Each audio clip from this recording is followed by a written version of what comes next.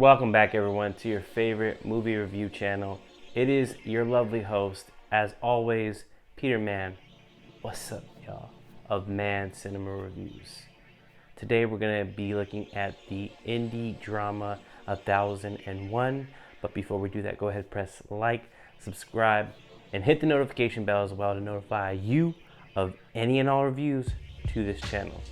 Thank you very much for choosing Man Cinema Reviews. The film centers around the unapologetic and free-spirited Inez, played by Teyana Taylor, as she kidnaps her 6-year-old son, Terri, from foster care. Setting out into New York City, the two will reclaim their love, their sense of home, their sense of family and stability in the ever-evolving New York City in the mid-1990s. So this film just came out of nowhere and is directed by Aven Rockwell, directorial debut, and she is stellar in her debut film.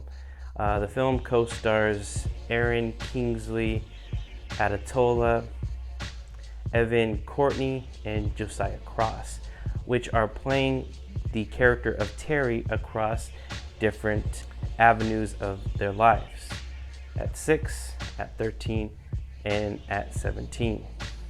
The film also stars Catlett as Lucky and Terri Abney as Kim.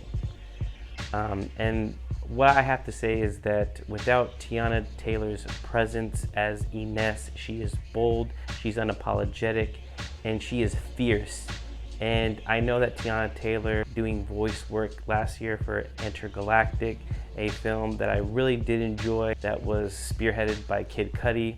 I did like her short and brief appearance in the Coming to America 2 sequel, but Teyana Taylor really commands the screen as Inez. It's just a slice of Americana in the mid-1990s. You could just feel the rumble and tumble of a vibrant New York City. In the reign of Rudy Giuliani, you could hear his voice over archival recordings, and you just feel the hustle and bustle of New York City. You can feel the vibes, almost like you're going down the streets, down the bodegas, listening to Mary J. Blige or Mobb Deep. It really caters to the essence of what New York City was at that point in time. This film is just centered on a mother and son relationship. It just very mirrors Moonlight, but doesn't really have that gut punch. I really think that Teyana Taylor just goes above and beyond in her acting chops, and I really do want to see what she does next. I really hope that she pursues a career in acting, because she really does command the screen. However, I feel like the film meanders a little bit. It starts off very strong in the first 2 acts, but when we get into the crux of the film, the meat and potatoes, and basically the turn, that's when I feel that the film falters a little bit. Like I said, it feels like the A24 Moonlight film in a way where it's a coming-of-age story, without the sexual identity undertones. This is more of what the foster care does. And again, Teyana Taylor's Inez actually does a stint in prison. When she comes out, she does take it upon herself to take her son Terri out of his foster home. And so she essentially is kidnapping him. And so he's a little boy. As a 6-year-old, you don't really know what's going on in the world. You're following your mother, and you just want to develop the relationship and see how it evolves, and it does, especially growing from adolescence to becoming a young man. Terri goes through these different stages.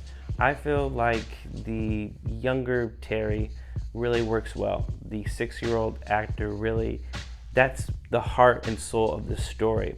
But once he gets into his teenage years and when he's going into high school, I feel like that character changes and is not as strong as he is in the beginning.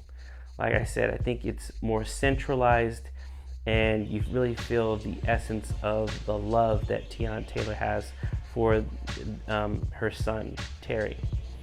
And she has a love interest named Lucky, who's like a father surrogate. The audience can assume that Lucky is Terri's father.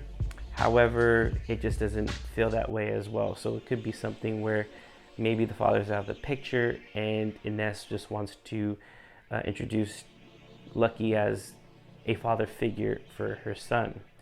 And they do develop a nice budding family dynamic within the home. However, once the film progresses, the characters do change and evolve.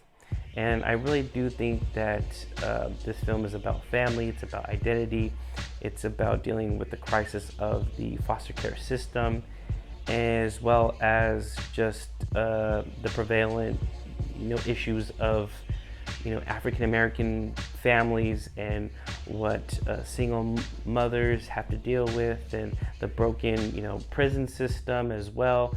It's an amalgamation of all these issues that are very heavy-handed but work very delicately in this film. I think the cinematography is great. I just feel like that this is a great directorial debut for A.V. Rockwell, and I really do want to see what she does next. However, I think that she does lose the essence of the story and bring it to fruition in the final act. But it's Teyana Taylor's performance that really goes above and beyond. And with this film's shortcomings of being disjointed once Terri grows up, I feel like Teyana Taylor's performance really alleviates all the shortcomings of the film. I really did like this movie, but I really wanted to come out loving and being captivated. I just didn't feel like the execution was fully fleshed out and realized. But for what we have here for 1001, I really do think that it is a story that's very dramatic and very poignant, and one that will stick with me. I will give this a solid 4 stars. I really wanted to give it 4.5 to 5, but the film does falter towards the end of the film. But Teyana Taylor's performance is what keeps the audience. But have you seen 1001? What did you think of it? Let me know down in the comments down below. I do urge you to see it if you are into indie dramas, and it is a good one. Thank you very much for choosing Madison Reviews, and we'll see you on the next one. Peace.